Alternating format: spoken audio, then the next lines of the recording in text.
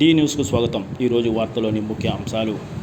అసాంఘిక కార్యకలాపాలకు పాల్పడే వారిపై కఠిన చర్యలు తీసుకుంటామని కనిగిరి డీఎస్పీ సాయి ఈశ్వర్ యశ్వంత్ అన్నారు. సోమవారం కనిగిరి పోలీస్ స్టేషన్లో జరిగిన విలేకరుల సమావేశంలో ఆయన మాట్లాడుతూ, కనిగిరి పట్టణంలోని శివారు ప్రాంతాల్లో సోమవారం ఉదయం తెల్లవారుజామున జరిగిన కార్డన్ సర్చ్ నిర్వహించడం గురించి ఆయన విలేకరులకు వివరించారు. పాత రౌడీ షీటర్లు, నేరాలకు పాల్పడే వివిధ వ్యక్తుల పట్ల నిఘా ఉంచడం జరుగుతుందని, అందులో భాగంగానే కార్డన్ సర్చ్ నిర్వహించడం జరిగిందని ఆయన అన్నారు.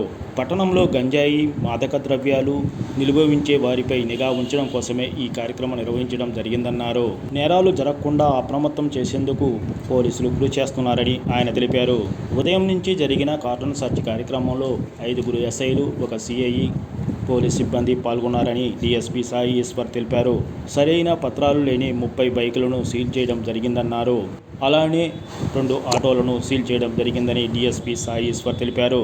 అసాంఘిక శక్తుల పట్ల ప్రజలు అప్రమత్తంగా ఉండాలని, ఎప్పటికప్పుడు సమాచారాన్ని పోలీసులకు సమాచారం ఇవ్వాలని ఆయన తెలిపారు. విలేకరుల సమావేశంలో కనిగిరి సిఐ షేక్ కాజావలి, కనిగిరి ఎస్ఐ శ్రీరామ్ తదితరులు పాల్గొన్నారు. అనంతరం డీఎస్పీ సాయి ఈశ్వర్ యశ్వంత్ సీల్ చేసిన వాహనాలను డీఎస్పీ పరిశీలించారు.